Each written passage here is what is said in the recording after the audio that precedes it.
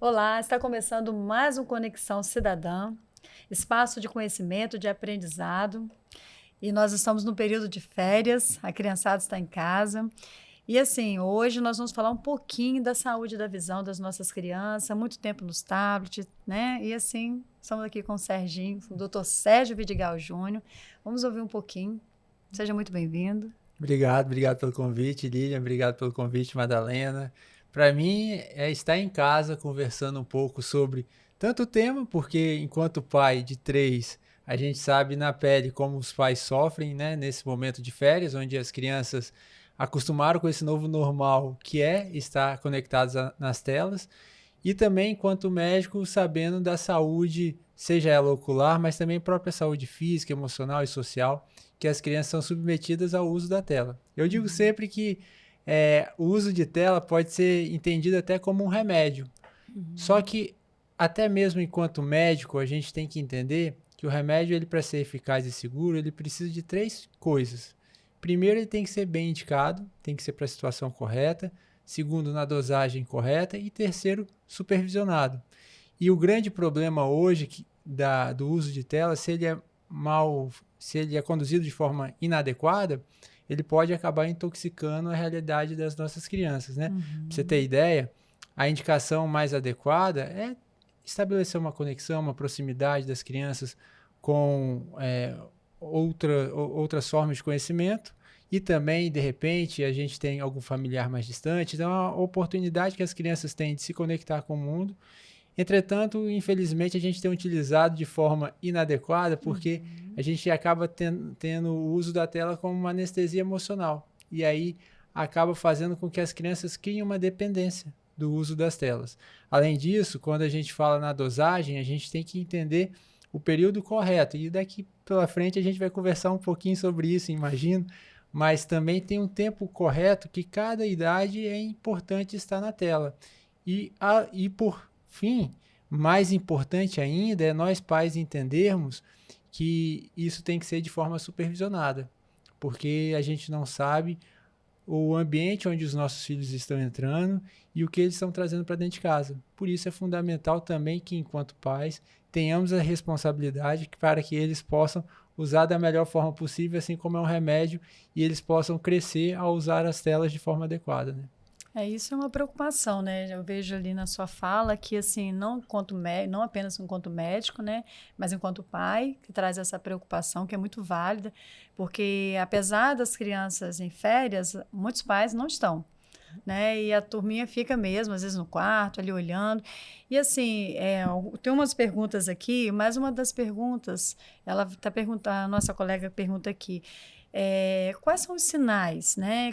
Que uma criança, qual o tempo, né? Que a gente fala assim que essa criança pode, que às vezes a gente, enquanto mãe, a gente fica assim, vou deixar olhando ali, né?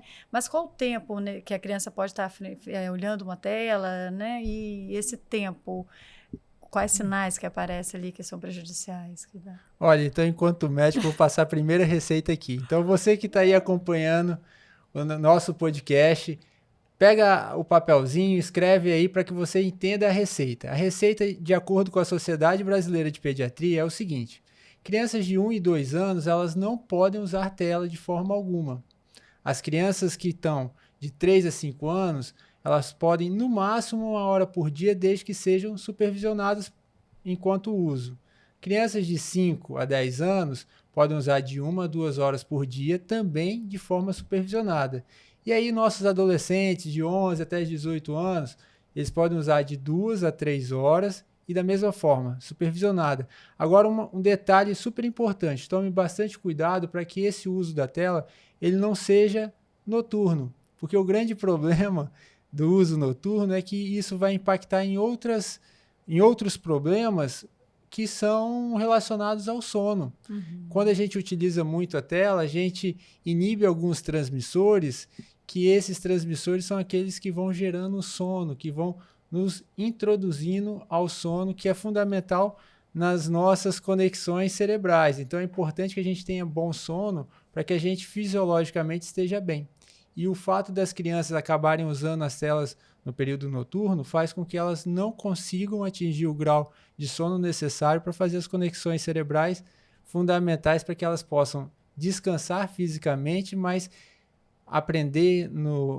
estabelecer um aprendizado através das conexões cerebrais que acontecem enquanto nós dormimos, né? Muito bem, doutor Sérgio. Tem uma pergunta aqui de uma internauta que ela faz a pergunta: com que frequência meu filho precisa de exames oftalmológicos, considerando o uso de tela? Olha, isso na verdade, o exame oftalmológico, ele deve ser feito uma vez por ano, independente da idade. E aí eu digo por quê. O exame oftalmológico, na verdade, ele acaba prevenindo e descobrindo algumas doenças de forma precoce que a gente pode tratar e evitar que elas lá na frente possam causar algum transtorno, não só para as crianças, mas também para os adultos. Em especial para as crianças, existem situações onde um olho funciona bem e o outro não funciona tão bem. E a criança vai levando a vida naturalmente, a gente, enquanto pai, não sabe se aquele olho realmente tem algum problema ou não. E aí, quando você vai no oftalmologista, se você demora a descobrir essa situação, você pode fazer com que essa criança não desenvolva de forma adequada aquele olho. A gente tem um tempo de maturação da visão. Então, se a gente não corrige até os 8 anos de idade, essa criança pode não desenvolver de forma adequada aquela visão ou daquele olho específico. E aí, infelizmente, é aquilo que a gente chama de ambliopia no termo médico, mas que convencionalmente se chama de olho preguiçoso. É muito comum você ouvir falar, eu tenho olho preguiçoso, esse olho não funciona tão bem. Isso acontece porque não foi identificado e corrigido de forma precoce. E por isso, além de outras doenças oculares que podem acontecer na idade da infância, mas basicamente por isso é importante a gente fazer os exames periódicos e uma vez por ano seria o ideal. Legal, doutor Sérgio. Então, é por isso que a gente vê muitas crianças que descobrem problema de visão depois que chega na escola, né? Muitas das vezes elas têm a dificuldade de enxergar o que está sendo escrito no quadro, né? Talvez seja pelo fato de não ter tido oportunidade de fazer este exame antes, né, dos 7 ou dos 8 anos. A neurociência diz que a visão é responsável por quase 80% do nosso aprendizado. Então, quando a gente não tem uma visão adequada, muitas vezes a gente deixa de aprender aquilo que deveria aprender nas nossas fases iniciais. E às vezes a gente acha que a criança tem algum distúrbio emocional, algum distúrbio de desenvolvimento e não entende que isso pode ser relacionado apenas ao quadro visual. Crianças que têm a possibilidade de serem avaliadas com oftalmologistas e de fato elas tenham alguma alteração visual e são corrigidas, elas mudam muito o comportamento e conseguem ter um desenvolvimento neurointelectual muito mais adequado, até por conta do fato da gente ter a maior parte do aprendizado através da visão, né? Muito bem. Eu acho que a pergunta da Carla aqui vai casar um pouquinho com o que vocês estão falando, que ela pergunta: quais são os principais sinais de alerta que os pais e responsáveis precisam observar no dia a dia? Bom, então o primeiro sinal de alerta é a idade do seu filho. Então, naturalmente, as doenças oculares elas costumam ser silenciosas. Não espere um sinal de alerta para que você possa levar o filho ao oftalmologista. Mas digamos que você tem alguns sinais nas crianças. Quais sinais que a gente começa a perceber que elas têm alguma dificuldade no fato de enxergar? Então, elas coçam mais os olhos, às vezes elas apertam muito os olhos, começam a ter mais dores de cabeça, né?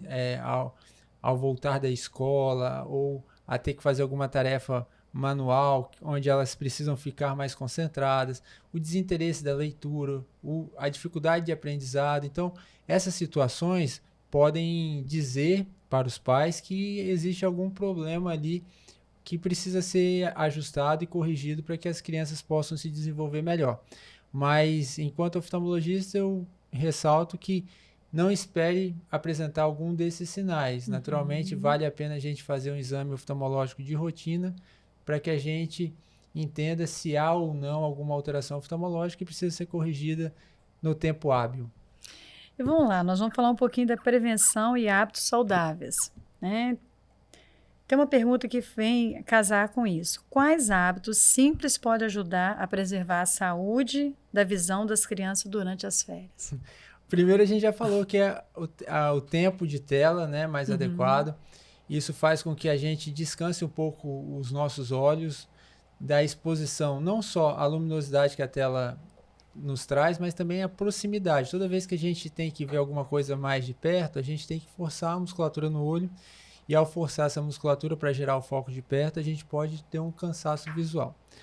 Outro hábito que é fundamental é a criança brincar na rua, fazer as atividades habituais. Normais. É claro que a gente entende que a nova realidade também é muito difícil você ter espaços de lazer adequado para que essas crianças possam fazer, mas de repente trazer aquelas brincadeiras antigas que a gente acabava tendo, né? E essas brincadeiras, se puderem ser mais estimuladas pelos pais, é fundamental. Fora isso, evitar ao máximo a exposição a situações onde você pode promover também irritação ocular. Aí a gente tem, até mesmo nesses períodos de verão, um aumento da demanda das crianças nas unidades de saúde e até mesmo nos consultórios oftalmológicos por conjuntivite. A conjuntivite nem sempre é viral, aquela que a gente passa de uma pessoa para outra, mas conjuntivites químicas, que aí envolve cloro, que envolve até mesmo a água de sal, né? As irritações oculares, as alergias oculares também que costumam acontecer nesse período. Então a gente tem que tomar cuidado também ao se expor ao sol, não ficar muito tempo exposto ao sol, porque isso pode ressecar um pouco as nossas vistas. E além disso, a gente acaba utilizando protetores, e os protetores eles podem cair nos olhos, irritar os olhos. Então, os nossos olhos também eles não podem ser expostos a tanta luminosidade e a tantos intempéries do meio ambiente enquanto a gente se expõe. Nesses momentos de calor, então, também passeia, vai na praia, vai na piscina, mas é bom sempre não se expor por um período tão longo, e se expor um período um pouco maior, é bom consultar o oftalmologista para ter um colírio para lubrificar a vista e ter o acompanhamento mais adequado dos olhos aí, né? Então, doutor, tem uma pergunta aqui que é bem parecido com um pouco do que o senhor já falou, né? Que fala sobre a tecnologia. Os filtros azul funcionam? Por exemplo, nos celulares, tablets, são piores que TV? Computadores, devido à proximidade deles, é melhor? O senhor considera que é menos prejudicial assistir a TV do que usar o tablet? Então, são duas situações aí um pouquinho distintas. Vamos lá. Então, o filtro azul, ele ajuda? Depende. Por quê? Essas telas, elas hoje já têm um tratamento bem adequado de exposição à luz azul de alta frequência, que é justamente essa que o filtro azul vai filtrar e preservar a nossa retina. Essa luz azul de alta frequência, a maior exposição que a gente pode ter a ela é o sol. O sol tem mais essa luz azul, e essa exposição prolongada a esse tipo de luz pode gerar alterações retinianas que podem promover uma descompensação retiniana ou uma degeneração retiniana, que a gente chama de degeneração relacionada à idade. Então, pacientes específicos que têm uma predisposição a desenvolver esse tipo de alteração, são importantes que eles usem o filtro azul. Agora, na grande maioria das pessoas, esse filtro azul ele vai ajudar em partes para filtrar esse tipo de exposição, sendo que as telas, o nível de exposição que a gente tem a essa luz azul é baixo. Então, não faz tanta diferença para a maior parte dos pacientes em si. É claro que o tratamento de filtro azul, muitas vezes ele já vem com antirreflexo, isso ajuda um pouco na qualidade da visão também e ajuda a melhorar a questão visual em relação às telas. Agora, o segundo ponto é a importância de a gente entender que toda atividade que a gente faça mais próximo, a gente acaba expondo o nosso foco, o nosso olho funciona como se fosse uma máquina fotográfica. Então, se você quer trazer esse foco para perto, você vai ter que gerar uma contração muscular nos olhos para que essa contração gere esse foco para perto através da alteração do cristalino, que é a nossa lente natural. E aí, quando você se expõe por um período muito longo a essa visão de perto, você vai ter o que hoje a gente chama da síndrome do computador. E que síndrome é essa? É aquele cansaço visual, a fadiga visual, a cefaleia, a dor de cabeça, a síndrome do olho seco, a irritabilidade na tela, o olho vermelho pelo uso da tela. Isso tudo vem também do fato da gente estar muito tempo de exposição à visão de perto, além, é claro, da luminosidade que a tela promove, que irrita também, só que de forma muito menor do que a proximidade dos objetos. De fato, o que você falou é melhor. É melhor que você esteja exposto à televisão, que está mais distante, do que as telas que são tablet, ao celular. E se seu filho tiver de ficar em tela, que seja no videogame. É melhor do que você ficar muito tempo no celular e no tablet. Porque é mais distante na visão. Mais distante, Isso contribui mais. Você diminui o esforço acomodativo. Sim. Então, se você aumenta o seu esforço acomodativo, naturalmente você vai ter sinais no final do dia ou sintomas de todo esse esforço que você tem feito. É como se você fosse para uma academia e estivesse malhando um músculo só. Imagina você ir lá e fazer um excesso de carga numa musculatura. No final do dia, essa musculatura vai estar doendo, contraída, e isso também acontece no olho. Se a gente exerce uma carga anormal nessa musculatura, no final do dia ela vai estar doendo, dor de cabeça, dor nos olhos e, por fim, uma visão embaçada. É o seu corpo dando sinais para que você pare de fazer aquela atividade. Muitas vezes a pessoa sente sono e não entende por quê. Às vezes é o excesso da visão de perto ali que você... Deixa eu te fazer uma pergunta de curiosidade, né? A gente sabe...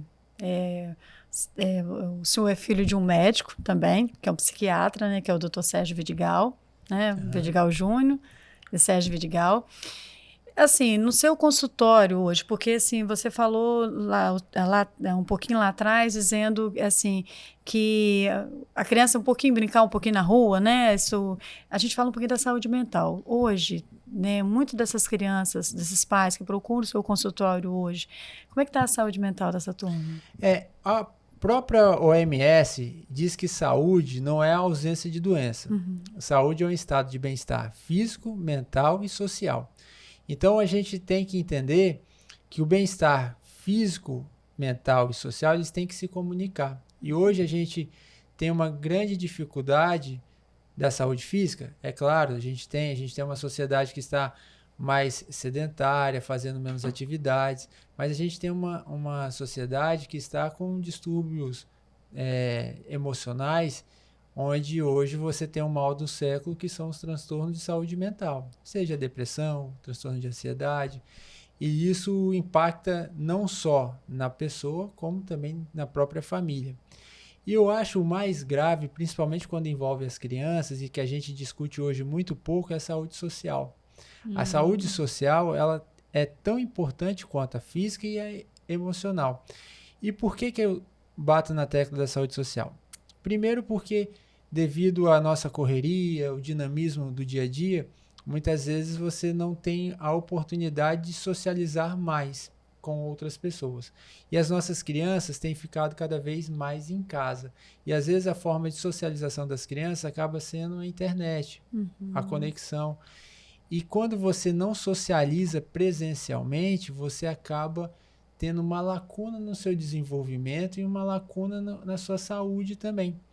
E eu sempre digo, e as pessoas muitas vezes não conseguem visualizar isso de imediato, mas o esporte é uma ferramenta que a gente tem de integração tanto de saúde física, emocional e social. Porque a partir do momento que a gente estimula as nossas crianças à prática esportiva, ou até mesmo nós enquanto pais, ou quem não é pai ainda, mas que também cuide da sua saúde física através do esporte, ela não entende, mas ela está cuidando da sua saúde emocional, porque ela ali descarrega endorfinas que vão liberando e vão deixando ela mais tranquila nas suas outras atividades, até mesmo na profissional. E ao fazer uma atividade esportiva, você acaba socializando. E aí você acaba fechando, complementando toda essa tríade que é o cuidado com a saúde. Então, eu acho hoje que a gente tem que ter bastante cuidado com a saúde emocional, sim, mas algo que a gente discute pouco, principalmente tendo em vista as crianças que vêm do período pós-pandemia, onde a questão de ficar em casa era uma questão necessária para que as pessoas pudessem se cuidar, mas que hoje até por conta desse novo normal, a gente aprendeu a trabalhar dentro de casa, home office, essas coisas todas, e a gente tem perdido muito a nossa saúde social, que é fundamental para, enquanto sociedade, a gente desenvolva também a cidadania. Muito bem. As pessoas hoje elas têm muito mais propensão a discutir, conversar, debater através das redes e tem muito mais dificuldade de olhar no olho e, de repente, expor ideias, ouvir uma opinião contrária, que é fundamental para que, se você busque cidadania, a gente tem que ter essa saúde social relevante. Eu só queria fazer um adendo em relação a que você falou, de eu ser filho de psiquiatra. Eu sempre digo que para quem é filho de psiquiatra é muito mais fácil, porque a gente já tem um suquinho de maracujá diferenciado em casa, né? Então a gente consegue controlar melhor as emoções e assim foi lá em casa. Eu tive essa grata oportunidade de meu pai, enquanto psiquiatra, ter me ajudado no controle emocional também, e hoje a gente poder passar isso, né, não só para os pacientes, mas para quem eu convivo e principalmente para a minha família, para os meus filhos, né? E a escolha, Serginho, de ser oftalmologista, Pois teve alguma influência por ter um pai médico? Total influência em termos da medicina, porque Sim. eu aprendi a medicina por ver meu pai atuando dentro de casa mesmo lá em Jacaraípe, então eu via ele atendendo os pacientes, com aquele brilho no olhar, tocando o paciente e, na verdade, vendo com o coração, ouvindo com o coração e sentindo com o coração, né? É o que a essência que o médico tem que ter, de fato, é empatia, é sentir a dor do paciente para poder propor um tratamento mais adequado. Então, a medicina, ela veio até mim através do meu pai me apresentou, e para mim é o meu grande mestre, é quem me ensina pelo exemplo, porque eu via. E eu falei assim, poxa, se tem algo que tem mais valor enquanto profissão, eu não conheço e eu quero isso para a minha vida. Eu quero também cuidar de outras pessoas através da sua saúde. E aí eu fui assim, com a cabeça para fazer medicina e queria fazer psiquiatria porque eu via ele como uma principal referência e eu vejo ainda, né? Sim. Só que eu digo que a medicina me ensinou o que é psiquiatria. E aí eu aprendi um pouco mais da psiquiatria, né, também dentro da medicina, e percebi que, diante das minhas características, talvez a oftalmologia fizesse mais sentido, até pelo fato de eu gostar muito de cirurgia. E as pessoas não ligam muito a parte da oftalmologia, a parte cirúrgica. E a oftalmologia é a especialidade que mais opera. Então, hoje eu me sinto completo enquanto médico oftalmologista, podendo, então, cuidar dos olhos, né, dos nossos pacientes, enquanto meu pai continua cuidando da mente, né, tendo esse cuidado enquanto psiquiatra. E para a gente é um grande orgulho, Sérgio, você é uma grande referência enquanto oftalmologista no estado, está entre os melhores, e para nós isso traz muito orgulho para a gente ter você como filho de um médico que sempre cuidou de gente, cuidou de pessoas. Seu pai é um grande gestor, é uma grande referência também na gestão pública. E você seguir esse caminho tão lindo, né? Que é pai e mãe, né? O trabalho da medicina também. Eu agradeço, tá, Madalena, pela sua consideração, mas eu digo sempre, toda honra e toda glória é dada a Cristo, também. Porque a gente é apenas instrumento do Senhor, e eu sou muito grato por Ele poder me usar da forma como Ele entende ser a melhor forma possível, né? Então, aqui eu estou apenas a serviço e fico muito feliz em exercer essa profissão, que talvez a própria palavra do Senhor diz, né? É melhor dar do que receber, né? Então, ao prestar o meu serviço, eu estou recebendo um galardão do Senhor muito maior do que aquele que está recebendo o meu serviço. E para mim isso é fundamental. Já que a gente está falando de pai, está falando daqui, assim, como mulher, a gente não poderia deixar de falar na mãe também, né? Da grande mulher que Porque, assim, esse lado da medicina você puxou do pai. E o lado social foi da mãe, que a mãe é uma assistente social, não é isso? É isso A aí. Sueli Vidigal. Então, fala um pouquinho, o que você... Eu, graças a Deus, tive uma criação e uma formação muito completa, no sentido de que os meus pais completaram lacunas na minha vida que hoje são essenciais para o meu desenvolvimento. Eu digo sempre que cada um vai pegando o bastão e vai tendo a responsabilidade de passar esse bastão para as próximas gerações. Então, aquilo que os meus pais consolidaram em mim, de fato, vem não só da parte do DNA, eles vêm também da parte da construção de vida, né? Minha mãe tem um papel fundamental na minha vida, justamente porque ela me ensina e me ensinou desde muito cedo a importância da saúde social, como a gente estava conversando aqui, até por conta dessa questão dela estar ligada muito a essa questão da assistência social. E não tem como você exercer uma área da saúde sem ter a percepção e também a empatia para saber que o social envolve muito mais do que um simples falar ou uma simples palavra. O social, ele completa o indivíduo, né? E aí entende que a gente pode viver em cidadania justamente por conta de conhecer o social. Além disso, o papel de mãe é um papel... A palavra do Senhor diz que se tem um amor que mais se aproxima do amor de Deus, é o amor da mãe. Não tem, eu sou pai, eu amo meus filhos, mas não tem nem como comparar o amor enquanto pai que eu tenho pelos meus filhos, igual o amor da mãe deles, né, da minha esposa, que ela tem pelos filhos. E também o amor do filho, ele acaba sendo muito mais compreendido pela mãe do que pelo pai. Isso é verdade. A mãe, ela é a nossa principal referência na construção familiar. É claro que o pai é um pilar na construção familiar, porque o pai presente, ele faz o completar do desenvolvimento. Entretanto, naquele ambiente familiar, a mãe, enquanto demonstração de amor, é aquela que te dá mais acesso à partilha, a partilha de opinião, de conversa e de ajudar nas dificuldades, porque a mãe conhece muito mais o filho do que o pai. A mãe, ela é muito mais perspicaz, ela olha para o filho, ela já sabe o que o filho está sentindo, a dificuldade. Então, eu digo sempre que a figura paterna e a figura materna, elas se complementam na formação do filho, e a mãe, ela é fundamental para que emocionalmente, socialmente, a gente crie uma geração mais forte e os seus filhos ali presentes e fortes, para que possa impactar a nova geração, que é a nossa responsabilidade.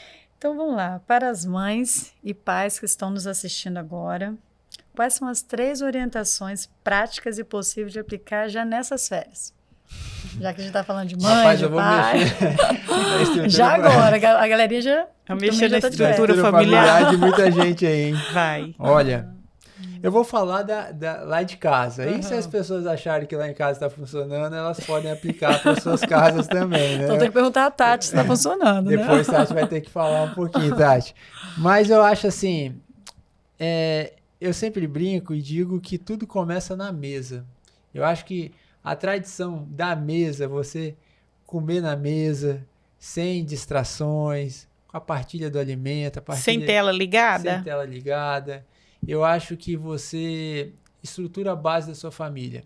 Seus filhos te veem, sua esposa te vê, seus filhos veem a sua relação com sua esposa, e isso é fundamental. Então, uma dica eu recomendo, se você puder comer em casa, se você puder almoçar em casa, tomar um café da manhã junto, né? Também é importante. Valorize os pequenos momentos, porque os pequenos momentos constroem grandes histórias, e eu acho que tudo na vida começa pequeno, né? Então, eu acho que a mesa é fundamental. Prepara uma mesa bonita, faça com que a família se envolva em todas essas ações, isso é fundamental.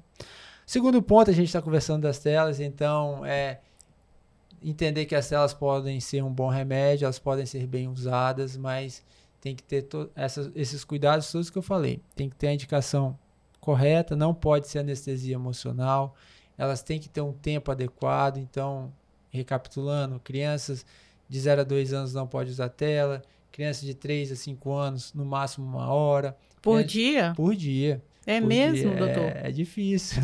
A teoria é difícil. Criançada já até saiu da sala. Tá vendo? Aí, de 5 a 10 anos, de 1 a 2 horas por dia, supervisionada também.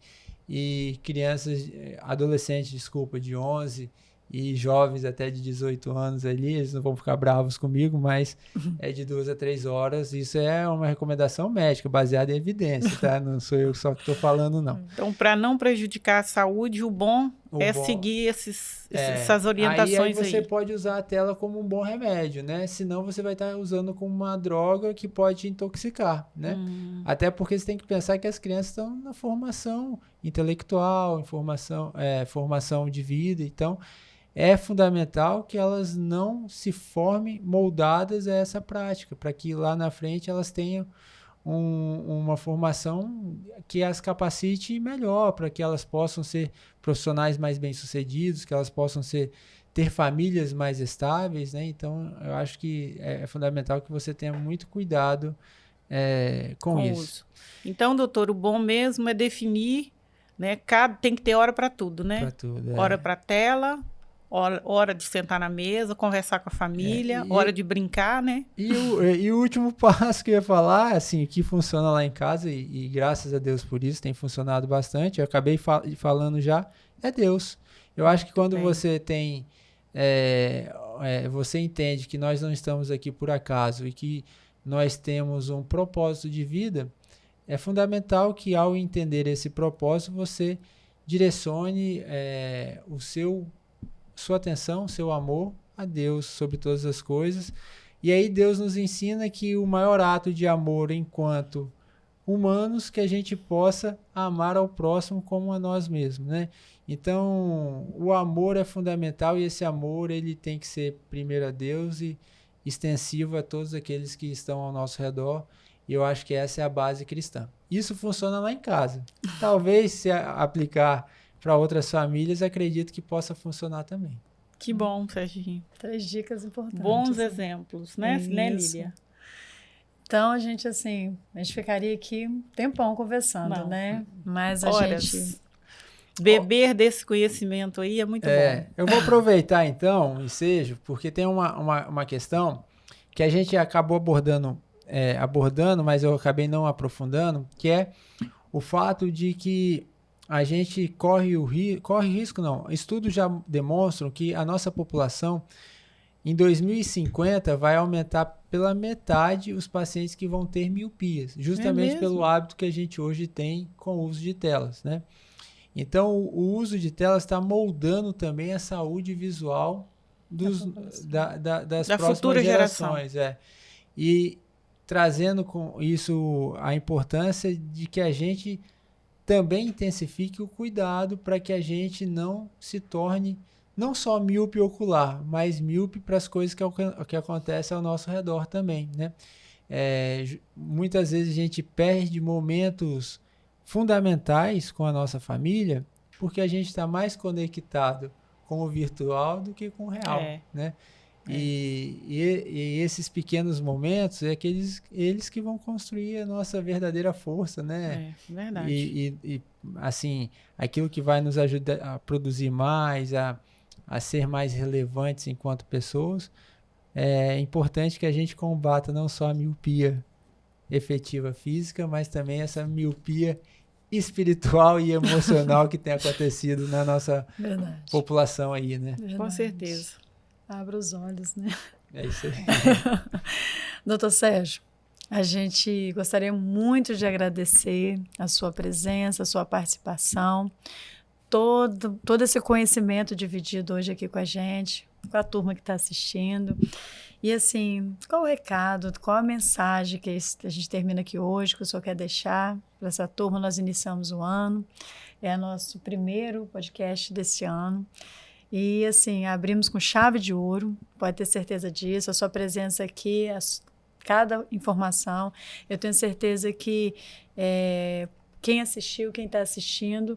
Isso vai ser de muito aprendizado. Então, qual é a mensagem para todos? Olha, eu desejo um 2026 de bastante luta, porque quando a gente luta, a gente acaba tendo vitória, né? Não existe vitória sem luta. Então, que a gente possa se propor a lutar bastante para que a gente comece a viver aquilo que Deus tem preparado para as nossas vidas. Eu digo sempre que a nossa vida é feita de propósito. E, naturalmente, Deus nos coloca em locais onde a gente vai sendo moldado, trabalhado para que no momento adequado a gente possa utilizar esse propósito para o qual Ele tem nos levantado. E aí eu digo para você que você tenha coragem de enfrentar o processo que vai te levar ao propósito de vida. É muito comum a gente também viver num ambiente onde a gente busca a zona de conforto. E quando a gente fica na zona de conforto, a gente deixa de se movimentar ao encontro do nosso propósito. Eu digo sempre que a palavra de Deus nos diz que é necessário movimento.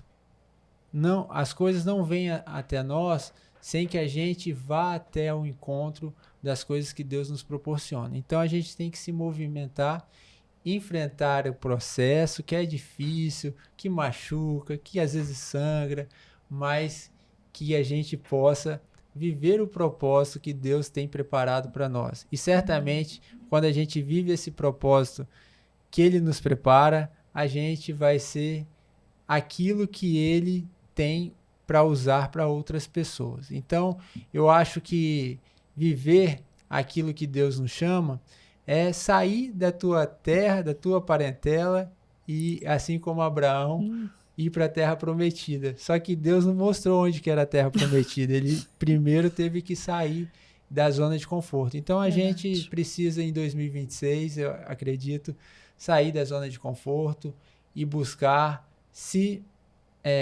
aprimorar para que nós vivamos o propósito do Senhor. E a palavra também diz, não vos conformeis com esse mundo, mas transformai pela renovação de vossas mentes, né? Para que viva a boa, perfeita e agradável vontade de Deus. Então, se você tem a vontade de viver a vontade de Deus mesmo, que você não se conforme com as coisas que estão ao seu redor, né? Muitas vezes a gente se conforma e não quer se movimentar por conta disso.